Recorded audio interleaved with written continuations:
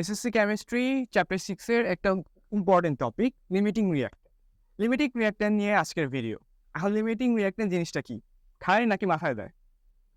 Limiting reactant হলো একটা equation বা একটা কেমিক্যাল রিঅ্যাকশনে যে 2টা বা 3টা ধরলাম যে রিঅ্যাক্ট্যান্ট থাকে তাদের মধ্যে আমরা তো একটা এক্সাক্ট অ্যামাউন্ট নিয়েই কাজ করব। ল্যাবরেটরিতে আর্টিফিশিয়ালি যখন আমরা কাজটা করব, অবভিয়াসলি আমরা একটা স্পেসিফিক অ্যামাউন্ট বা একটা স্পেসিফিক গ্রামের অ্যামাউন্ট দিয়ে আমরা এই রিঅ্যাকশনটা চালাবো।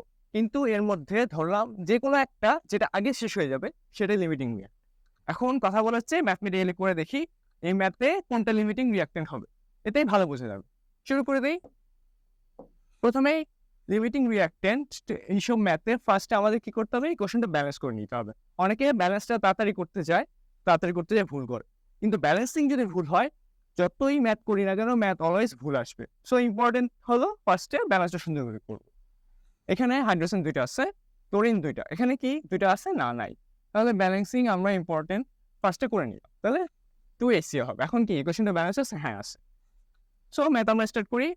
ব্যালেন্সিং এর পরের স্টেপই হলো আমরা গ্রামে নিয়ে নিব। এখানে মোলে আছে 1 মোল, 1 মোল, 2 মোল।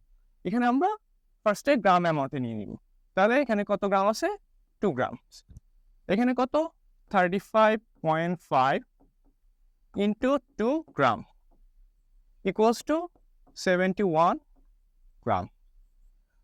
এখানে 2 ইন্টু 36.5 গ্রাম ইকুয়ালস টু 73 গ্রাম। গ্রাম অ্যামাউন্টে নিয়ে নিলাম। এখন এখান থেকে আমরা ইউনিটারি মেথডে চলে যাব। সো 2 গ্রাম হাইড্রোজেন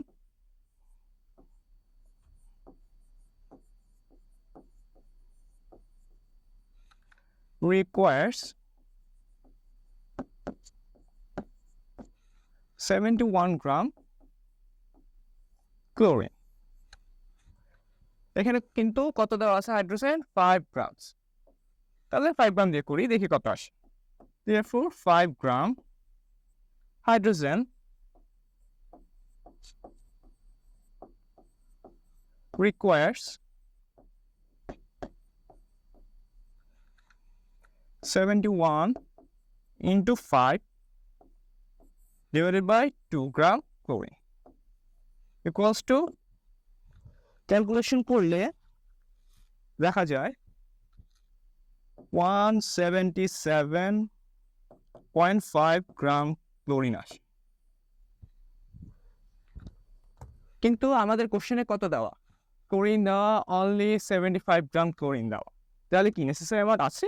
না, নাই। তাহলে আমরা কি লিখবো এখান থেকে?